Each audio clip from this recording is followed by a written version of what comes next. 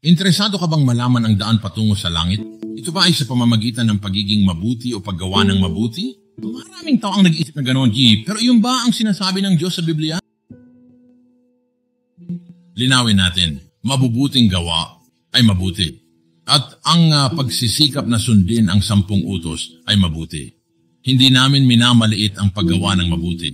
Ngunit may pagkakaiba sa paggawa ng mabuti para makamit ang buhay na walang hanggan at paggawa ng mabuti bilang pasasalamat sa kaloob ng Diyos.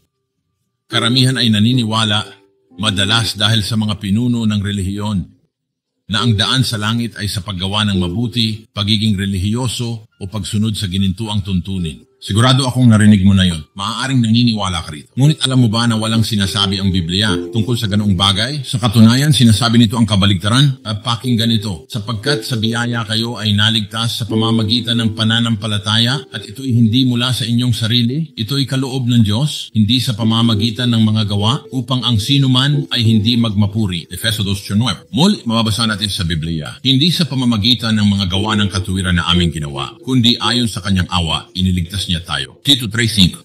Tingnan natin ang 3 pangunahing problema sa ideya na kabutihan ay makaligtas sa atin. Una, sino mabuti? Walang sino man ang maaaring maging mabuti para mapalugod perpektong Diyos. Kung ihahambing sa katuwiran ng Diyos, sinasabi ng Biblia na tayong lahat ay maruming bagay at katuwiran ay maruruming basahan. Maaring sabihin mo, hindi ako kasing sama ng ibang tao. Hindi ko ginagawa ang kanilang ginagawa. Maaring totoo yon, pero ano ang nagawa mo?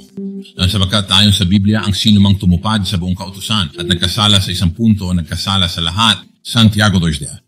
Isa sa mga bagay na sinabi laban kay Jesus ng mga kaaway ay madalas siyang kasama ng mga makasalanan. Tinanong nila ang mga alagad niya kung bakit. Sinabi ni Jesus ang isang kamangha-manghang bagay. Kung may doktor sa mga may sakit, ano ang sasabihin mo? Ano ang ginagawa ng doktor sa may sakit? Hindi ba niya alam na sila ay may sakit? Pero iyon mismo ang punto, sabi ni Jesus. Ang malulusog ay hindi nangangailangan ng manggagamot. Ang mga may sakit ang nangangailangan.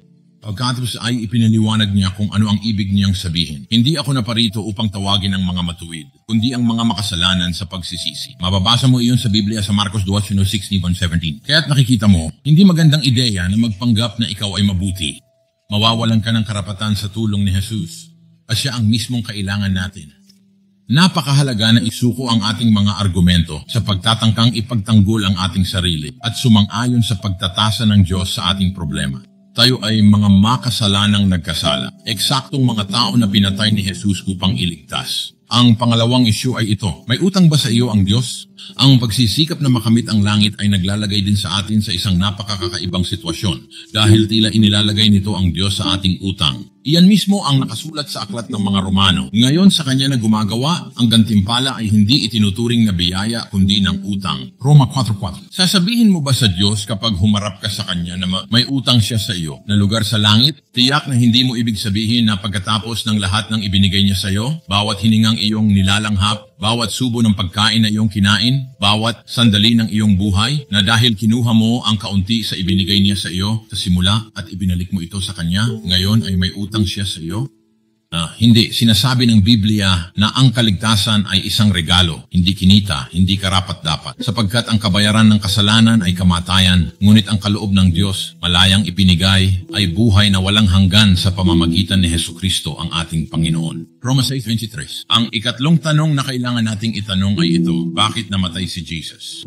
Kung ang langit ay abot kamay ng lahat ng gumagawa ng kanilang makakaya, bakit pa kailangang mamatay ni Jesus para sa atin? Hindi natin kailangang hulaan kung ano ang maaaring sagot. Ang Biblia, ang salita ng Diyos, ay puno ng mga pahayag na nagsasabi sa atin kung bakit siya namatay. Narito ang ilan sa kanila. Sapagkat nang tayo ay mahina pa, sa tamang panahon si Kristo ay namatay para sa mga makasalanan. Ngunit inirerekomenda ng Diyos ang kanyang pag-ibig sa atin, na habang tayo ay makasalanan pa, si Kristo ay namatay para sa atin. Romans 5:6, wala ring kaligtasan sa iba, sapagkat walang ibang pangalan sa silong ng langit na ibinigay sa mga tao na dapat nating ikaligtas. Gawa 4:2. Ang dapat nating tuklasin ang sagot ng Diyos sa ating problema. Ito ay simple, magsisi at maniwala sa Ebanghelyo. Marcos 4:1-5. Ang ating personal na kasalanan. Pagkatapos ay tanggapin ang kanyang sagot sa pamamagitan ng paniniwala sa mabuting balita. Si Kristo ay namatay para sa iyo. at babayaran ang iyong utang ng buo kung tatanggapin mo ang kanyang libreng kaloob ng buhay na walang hanggan. Bakit hindi mo siya pagkatiwalaan ngayon?